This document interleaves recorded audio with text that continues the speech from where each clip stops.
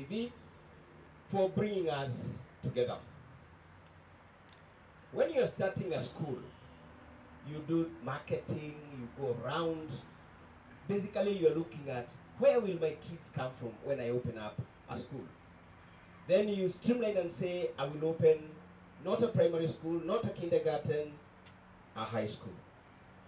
Then you even go farther and say, what kind of a school will it be? Will it be a girls' school, boarding school, day school, mixed? Because they are all offers. Finally, then you say it's a boys' school. Then you say, where will my boys come from? By training, I'm a marketing person. So then you do your due diligence in marketing. When you go to shops, when you go to Nakumats, I hope they survive. When you go to Nakumat, every Nakumat, wherever it's set, is set with some purchasing scenarios in mind. So if you find a Nakumat on Mburu and a Nakumat in town, even the offer of items may be different because they are targeting the people of that area.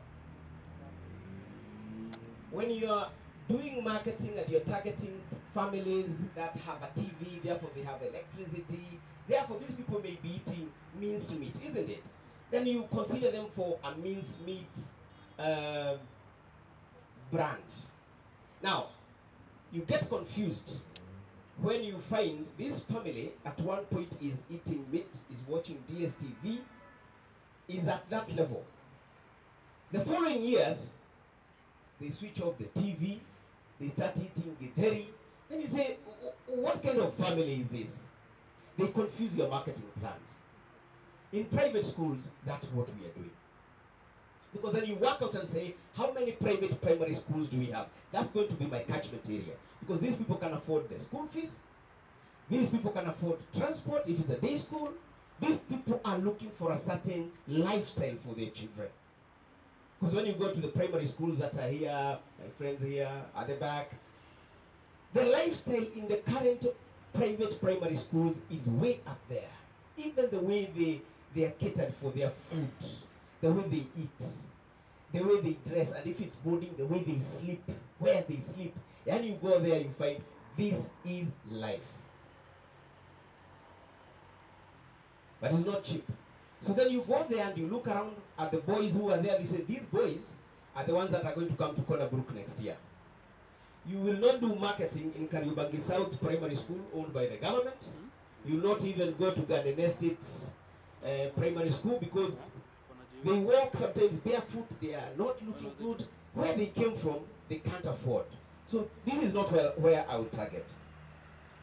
Then shock hits you as those people who have been taken care of so well in these private schools, they are eating spaghetti, they are known by name, then they stream to Njiri's high school. Past Brook, where I have prepared an extension of the private school, an extension of the primary school, to give you the same life from Marion.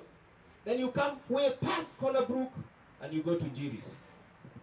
Where in Marion you had a class of 25, and in our schools we know each child by name, and in fact I was even challenged this morning. I met one of the directors from a school that a boy came from in my school, and he said, do you know your boy? I said, I think I know all the boys. He said, do you know a boy called Lawrence Kamau? I said, the tall one. I know him. I know his mother. I know his father. I know the issues. I know his performance. She was shocked, but she was very happy, and we discussed. That is the in-depth of the life in private schools. When you take that child from that private school, and I'm talking to the private primary school owners here, when you pluck out that kid from that comfort, and I'm guilty number one because I'll give you my own story, and then you take her to Kairi Secondary School, or to that Njiri's I'm talking about, and there are very many of these schools, and in a class of 25, they find 60. She's struggling, or he's struggling to be known. Nobody will call her Regina. Nobody will call him Kamau. They will call, where? Index 1955, wako wapi leo? Index 1990, impersonal completely. I have cases where you go to visit your child in this public school, let's talk about it. Unamkuta kiwanjani, akona mattress. It's the only thing that has not been stolen. The whole uniform went the day he came in. The plate he went with was stolen. The spoon was stolen. This boy is absolutely traumatized. And you think he can listen to the very wonderful teachers in Mangu? You are sorry. No.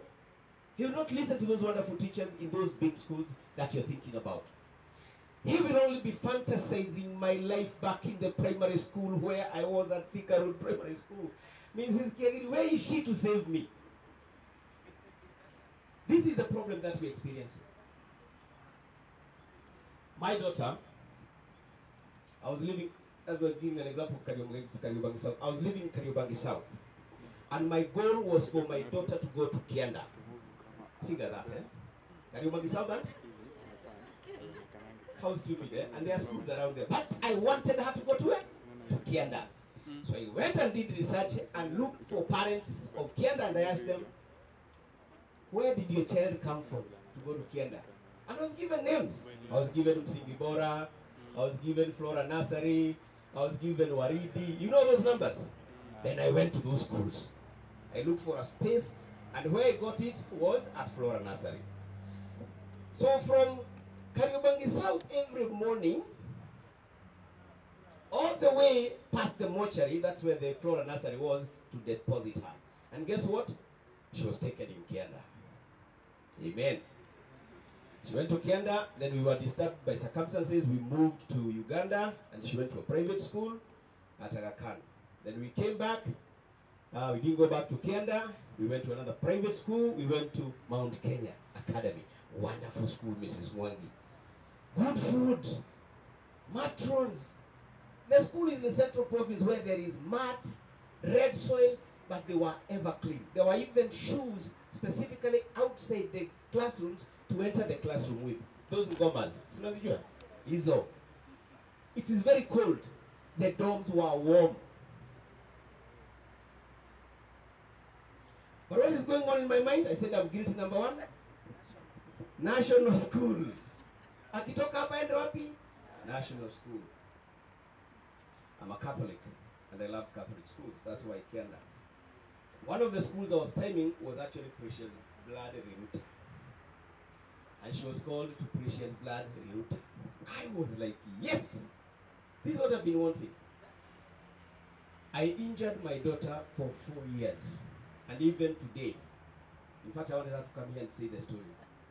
And she says, Mrs. Akasa is the best principal you can ever have. The school is the best school. In fact, their food was very good. And the teachers tried, although they didn't know me by name. They tried. But Dad, you never prepared me for that kind of a school. And my argument is almost complete. We must think of a time where there will be two distinct systems. There's a private education system and there's a public education system. None is better than the other. It's about offer, service, and preference, isn't it? My argument is, for the ones who own private schools at a lower level, please sell your secondary schools because they are as good as you are. Now, the other day, I saw an ad circulated in one of our groups. It was for one of the private schools, and they mentioned it there. And they were saying, we are a very good school. And it is true, they are a wonderful school. They are offering everything. Say, 100% of our children transit into national schools and county schools. That is your pride. It should not be your pride necessarily. Then I said, what about us? And I quoted immediately because I know my kids, and I said, there are 3 candidates in Brook today from that school. Where did they come from? And you have not said they also go to good private secondary schools. The only problem is we get second generation sometimes material. Because you deliver them to a public good school, they go there, they mess up 427 points KCSE. By the time they come for an interview at the Brook school, they are D material. The last point, one of the boys I interviewed, actually let's mention schools, he is from Muranga High School, 420 something, Form 2. So I asked him, why did you leave? He said, I never fitted. That's not my expectation. And I almost got into other things. But I tried my father My father would not budge. I think his father was like what I was that time. Said, no. Ume Muranga High School. To go where? You leave Muranga High School to go where? Finally, he told me he cooked a plan. And he said he belonged to a very bad cult. And during the holidays, they are even encouraged to see people being killed. Hey, the deputy looked at that young one and said, you cannot survive in this school. You're in a cult. Yes, sir, I'm sorry to tell you. The same day, his father was called and was sent away. And on their way home, they passed by the corner Brook school, and that's where there was a vacancy, and there was. But do you see the trouble we are going through? That boy will take time to fit back in the system, to get back his grades. God willing, he will. Ladies and gentlemen, as we develop our kids, let's have them in mind. But if you are, I spoke to somebody even yesterday, and they said, but we take our kids to public schools so that they learn life skills. They can eat a bit of githeri here, they can get a bit of suffering here, they can be made to work. And I said, well, if that's the life skill you're looking for, we have life skills. We eat githeri and avocado in the corner Brook school. Our kids wash floors, our kids wash classrooms. Once a year, our kids take over the school and they cook for everybody in the school. Isn't that life skill? Kwani, what are your dreams for your child? To be a suffering life. Are we not also preparing our children for comfortable life? Aye, let's start early. Others say, in private school there is no real education. You spoon feed them. And I said, okay, that's true. That's true. That's true. The reason why we are called spoon feeders is because we do our jobs. Because when you're running a class of 25 students, you know them and you care for them and you take role in their growing. If you call that spoon feeding, all right, I spoon feed them. Because there are 25 children, their work is done, marked, and returned, and it's monitored. If you call that spoon feeding, well, that's spoon feeding. Every teacher, like in my school, they arrive at 7 or 9, and they leave at 5:30 without failure. If that's spoon feeding, well, that's okay, because if you come to a school, we have very wide corridors. Because teaching does not only happen in a classroom. It actually happens when you meet with people on the corridors. Teacher, what did you mean by this? That's where teaching is happening. But if you have a school where the teacher is only coming when he has a lesson, he's a lecturer at the university, not a student. Not a teacher at a private school. That's the reason why sometimes painfully some teachers leave us to go to the government, because they know there they will not be monitored, they can run a matatu and they can run another thing. If you call that spoon feeding, yes, private schools spoon feed their kids. People say we are expensive, and yes, if you go to Nakumat, it's expensive, but it gives you what you want. But it is not also true, because you've got private schools at every corner of the price board. They are very expensive ones, the ones that we were seeing on the note the other day, where our children are paying 1.5 million a term at Turi. It's a private school. If you can afford it and you like it, go there. My neighbor has 3 kids there, so I don't know. And Akove said she pays 3.5 million. She's just a musician. It's okay, but choose your board. We have all private schools here.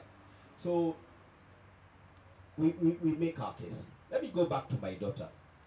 After she was very seriously psychologically bruised at Precious Blood, she survived, she left. I took her to Brook House to clean her up, because she wanted to go to the UK for education.